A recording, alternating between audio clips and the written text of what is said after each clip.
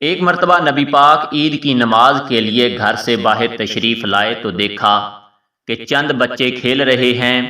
ان میں ایک بچہ ایک کونے میں بیٹھا رو رہا تھا اور اس کے بدن پر پھٹے پرانے کپڑے تھے۔ نبی پاک نے اس سے پوچھا کہ اے بیٹا تو کیوں رو رہا ہے اور تو دوسرے بچوں کے ساتھ کیوں نہیں کھیلتا؟ اس بچے نے عرض کیا، حالانکہ وہ نہیں جانتا تھا کہ یہ اللہ کے نبی ہیں۔ اس نے کہا کہ اے مرد، اس بات کو چھوڑ دے، اس واسطے کہ میرا والد رسول اللہ صلی اللہ علیہ وسلم کے ساتھ ایک غزوہ میں گیا تھا اور وہاں وہ شہید ہو گیا۔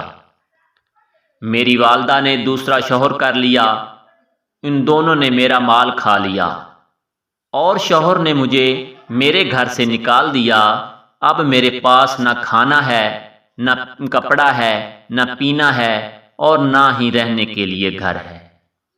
جب میں ان بچوں کو دیکھتا ہوں جن کے والد زندہ ہیں، وہ کھیل رہے ہیں اور ان کے جسم پر نئے کپڑے ہیں، تو میرا غم اور پریشانی بڑھ جاتی ہے، میں اس وجہ سے روتا ہوں۔ نبی پاک نے اس لڑکے کا ہاتھ پکڑا اور فرمایا، اس کو اللہ پاک کی قسم دی اور کہا کہ وہ جس پریشانی میں ہے وہ عابد اس کی مدد کرے۔ چنانچہ کہ عابد نے 7 ماہ اس کی پریشانی میں مدد کی۔ اس کے بعد وہ عابد ایک رات سویا ہوا تھا۔ جب صبح کا وقت قریب آیا تو اس نے ایک زوردار چیخ ماری۔ صاحب خانہ یہ آواز سن کر گھبرا کر اٹھے اور عابد سے کہا، تجھے کیا ہوا؟ تو اس نے کہا کہ میرے لیے چراغ جلاؤ۔ بس اس لیے چراغ جلایا گیا۔ عابد نے کہا کہ میں سویا ہوا تھا تو خواب میں نے ایک حسین و جمیل چہرے والی ہستی کو دیکھا جس نے صاف شفاف لباس زیب تن فرمایا ہوا تھا۔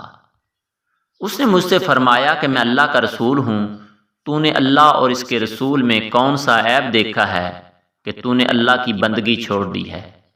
پھر فرمایا کہ تو نے موت سے پہلے اپنی عبادت خانے میں واپس چلا جا۔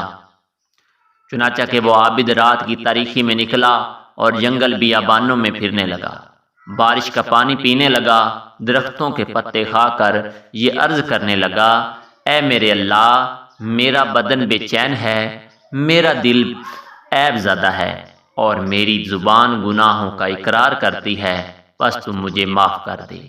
اے گناہوں کو معاف کرنے والے، اے تمام پوشیدہ باتوں کو جاننے والے۔ جب وہ اپنے عبادت خانے کے قریب ہوا اور اندر داخل ہونے لگا تو ابھی اس نے پہلا قدم ہی اندر رکھا تو اس نے ایک لکھی ہوئی چیز دیکھی۔ جب اس میں غور و فکر کیا تو اس میں 4 سطریں لکھی ہوئی تھی۔ پہلی پہ لکھا ہوا تھا کہ تو نے ہم پر بھروسہ کیا تو ہم نے تیری کفالت کی۔